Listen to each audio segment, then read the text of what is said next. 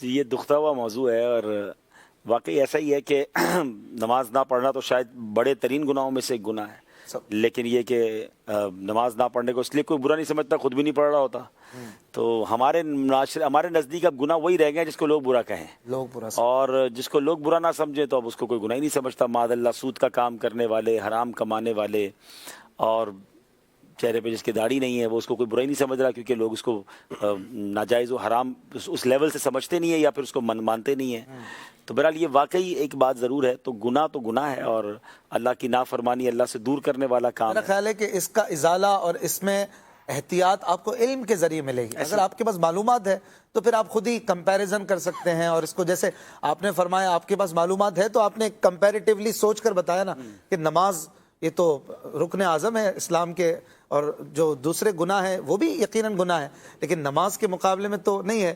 لیکن دنیا ظاہر ہے کہ آج کل جس ڈگر پہ چل رہی ہے اس میں ایک بڑی وجہ علم کی کمی بھی ہے۔ اب اسی بات کو ہم اس پیرائے میں لے لیں کہ اگر ہم اپنی بچی کے لیے رشتہ تلاش کر رہے ہیں یا بچے کے لیے رشتہ تلاش کر رہے ہیں تو نارملی 3-4 چیزیں چیک ہو رہی ہوتی ہیں۔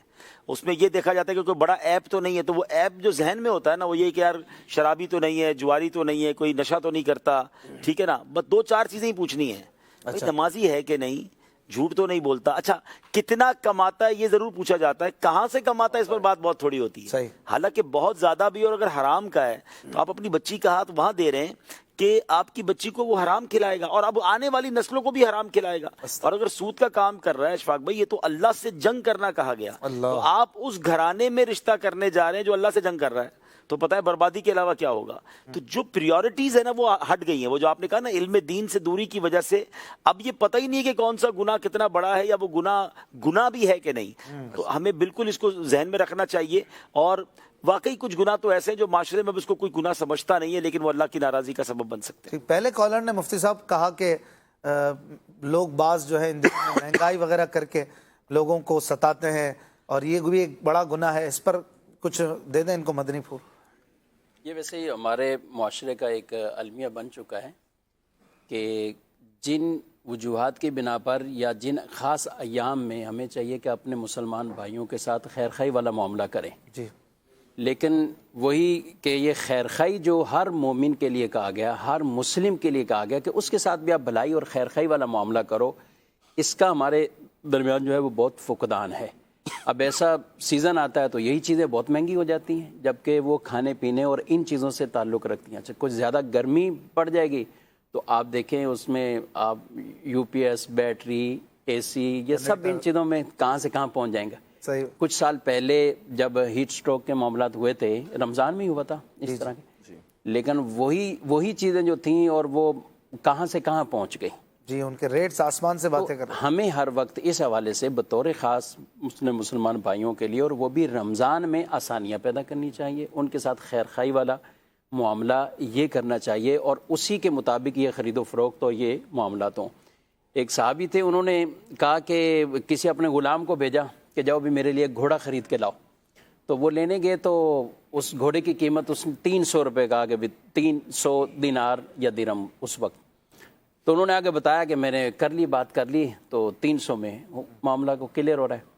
وہ خود آئے، انہوں نے گھوڑا دیکھا، تو گھوڑا دیکھنے کے بعد وہ کہنے لگے یہ 300 کا نہیں ہے، یہ 400 کا ہے، تو اگر میں 400 کا لے لوں تو جس نے بیچنا تھا بالکل آپ قبول فرمائیں، مجھے تو 400 مل رہے ہیں اس کے۔ اب اس کے بعد نہیں کہا، پھر تھوڑی دیر غور کیا، پھر کہا نہیں 400 کا بھی نہیں، یہ 500 کا ہے۔ اچھا، یہ خریدار کہہ رہا ہے، بیچنے والا بڑھا نہیں رہا، خریدار اس کی قیمت بڑھا رہا ہے۔ اچھا، 500، 600، 700، 800 تک ریٹ لے کے گئے۔ اب وہ لے لیا اسے، اور لینے کے بعد واپسی وہ غلام کہنے لگا کہ میں اچھا خاصا 300 میں مکا کر لیا تھا، اور یہ 300 میں آپ کو مل جاتا، پیسے آپ کے بچنے تھے، آپ نے یہ کیوں کیا؟ تو وہ کہنے لگے کہ میں نے رسول اللہ صلی اللہ علیہ وسلم کے ہاتھوں پر بیعت کی ہے اس بات پر کہ میں کسی بھی مسلمان کے ساتھ بدخواہی نہیں کروں گا، خیر خواہی کروں گا۔ واہ واہ واہ، سبحان تو کہا ان کا جو گھوڑا تھا اس کی مالیت یہی بن رہی تھی، اس کی مالیت یہ بن رہی تھی، وہ کسی مجبوری کے تحت بیچ رہے ہوں گے، تو ہم لوگوں سے خرید و فروخت کریں، ان کی مجبوریاں نہ خریدیں۔ کیا بات ہے عبدالحبیب بھائی، یہ کس زمانے کی باتیں کر رہے ہیں؟ یہ ایسا ہو سکتا ہے آپ گاڑی لینے جائیں، وہ کہے 20 لاکھ، نہیں یہ تو 22 کی لگ رہی ہے، میں 22 کے لوں۔ یہ حج کے دنوں میں تو ہم نے دیکھا کہ امیر اہل سنت کا ایک انداز ہے، اور بارے شریف میں بھی لکھا ہے کہ حاجی جو ہے وہ اپنے سامان کا سودا جب کوئی چیز حج کے لیے خرید رہا ہے تو اس کے پیسے کم نہ کروائے. تو امیر اہل سنت نے اس طرح ضرور کیا ہے، بلکہ مدنی مذاکرے میں بھی بتایا تھا کہ قربانی کا جانور لینے گئے تو جانور بڑا پسند آیا، اس نے کہا 1 لاکھ کا، آپ نے 1,10,000 لے لو، کہ میں اللہ کے نام پہ قربان کر رہا ہوں تو کیا پیسے کم کر رہا ہوں. اور اسی طرح پھر اگر حج کے لیے سودا خریدنے جائیں تو وہ اس کی پوری رقم دے. لیکن نارملی ایسا ہوتا نہیں ہے. بعض اوقات ہے نا بیچنے والے سے غلطی بھی ہو جاتی ہے. اچھا، کہ وہ بیچارہ دام کم بتا دیتا، سامنے کہتا بس ٹھیک ہے ہو گیا، بعد میں اسے پتہ چلتا ہے میری چیز تو زیادہ کی تھی، یا زبان سے ہی غلط نکل گیا، اس وقت دھیان نہیں رہا، بعد میں بندہ پریشان ہوتا ہے. تو ایسا نہیں ہونا چاہیے. بہت پیارا مارکیٹ ریٹس نہیں پتا ہوتے، زمین بیچ رہا ہے، مکان بیچ رہا ہے، ایسا ہی ہوتا ہے. لوگ کہتے ہیں اس کو پتہ ہی نہیں ہے کتنے کا ہے پلاٹ، اس کا پلاٹ تو بڑھ گیا ہے، اس کو ریٹ پتہ نہیں، جلدی سے لے لو، اس کو ٹوکن دے کے پھنسا لو. تو یہ بہت اچھی بات مفتی صاحب نے کہی کہ کسی کی مجبوریاں نہیں خرید. لیکن یہ بھی تو ہے نا مفتی صاحب کہ بارگیننگ کرنا کہتے ہیں نا سنت ہے. ٹھیک ہے، وہ کرنے میں کوئی کسی طرح کا مذائقہ نہیں ہے، لیکن اس میں بھی خیر خواہی والا وصف تو ہونا چاہیے نا. ایک یہ ہے کہ سامنے کم کروا رہے ہیں، کیسی خیر خواہی ہے؟ جی کم کروا رہے ہیں آپ اس سے پیسے؟ خیر خواہی اس میں یہ تو ہے نا کم از کم بدخواہی والا معاملہ نہ ہو. جیسے انہوں نے اشارہ کیا نقصان نہیں پہنچ کسی کو پتہ ہی نہیں ہے اس کے ریٹ کے مطابق یا اس طرح کے معاملات میں. اچھا، بعض اوقات ایسا بھی ہوتا ہے کوئی بندہ باہر رہ رہا ہوتا ہے یا وہ مارکیٹ سے ٹچ میں نہیں ہوتا، کہتے ہیں آپ دیکھ لو جو مارکیٹ ریٹ ہے اس میں میرا یہ سودا بکوا دو.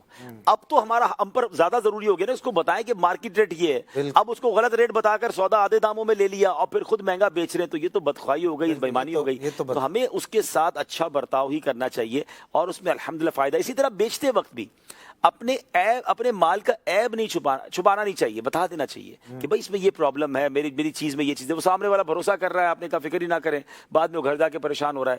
تو یہ بھی نہیں ہونا چاہیے. تو یہ بھی ایک طرح کا دھوکہ دینا ہے. کئی لوگ ایسے ہوتے ہیں قسمیں کھا کر چیزیں بیچتے ہیں، اور سر گھر جا کر جب لوگ چیزیں کھولتے ہیں یا پہلی کپڑے کی دھلائی ہوتی ہے یا جناب وہ چیز استعمال ہوتی ہے تو پھر پتہ چلتا ہے کہ کتنی گھٹیا چیز تھی. پھر یاد آتا ہے یار وہ اللہ رسول کی قسمیں کھا رہا تھا. تو کتنا ان کو برا بھی فیل ہوتا ہوگا، کتنی تکلیف. اور پھر ان ہیوی باتوں سے جو کوئی صحیح کہہ رہا ہو اس پر سے بھی اعتماد ختم ہو جاتا ہے. پھر کوئی واقعی قسم کھا رہا ہے اور صحیح بات کہہ رہا ہے لیکن اس کو بھی یقین نہیں کرتے، پھر سچے پر بھی یقین کرنا مشکل ہو جاتا ہے.